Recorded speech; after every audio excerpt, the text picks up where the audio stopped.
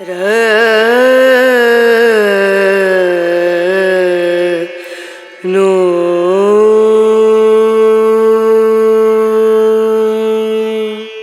زندگی بچانے کے لیے 72 دن تک اپنے پیاروں کی لاشوں کے اعضاء کھانے والے آج بھی ماضی نہیں بھولے۔ یہ 13 اکتوبر 1972 کا واقعہ ہے جب یوروگوائے سے 45 مسافروں اور عملے کو لے کر چارٹر طیارے نے اڑان بھری۔ مسافروں میں رگبی ٹیم کے 19 کھلاڑی اور ان کے اہل خانہ شامل تھے۔ ان افراد کی منزل کوریکو چلی تھی جہاں ٹیم کو میچ کھیلنا تھا۔ بدقسمت چارٹر طیارہ ارجنٹینا کے برفانی علاقے ایندس میں گلیشیئر سے ٹکرا کر تباہ ہو گیا۔ 33 مسافر بچے جبکہ باقی ہلاک ہو گئے۔ پہلی ہی رات مزید 5 مسافروں نے دم توڑا۔ بقیہ 28 افراد کو تلاشی کے بعد جہاز میں کچھ جوسز، بسکٹس، چاکلیٹس اور ببلز مل گئیں۔ رگبی ٹیم کے کپتان مارسیلو روبرٹو اور نینڈو نے امدادی کاموں میں حصہ لیا۔ یوروگوائے کی حکومت نے 21 اکتوبر کو 142 گھنٹے سرچ آپریشن کے بعد کام روک دیا۔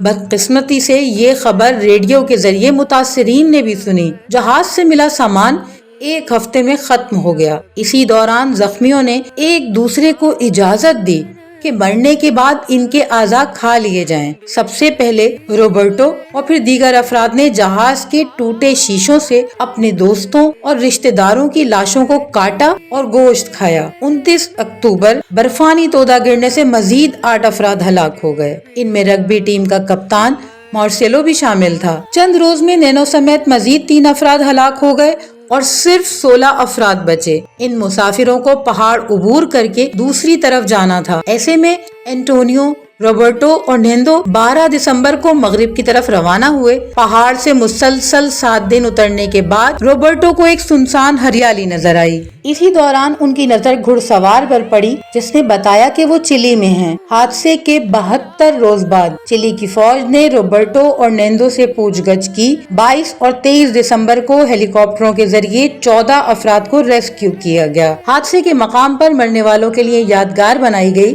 متاثرین کئی روز اسپتال میں زیر علاج رہے۔ اس واقعے پر کئی دستاویزی فلمیں بنائی گئی ہیں۔ اس کی تازہ ترین مثال نیٹ فلکس کی ہسپانوی فلم سوسائٹی آف دی سنو ہے۔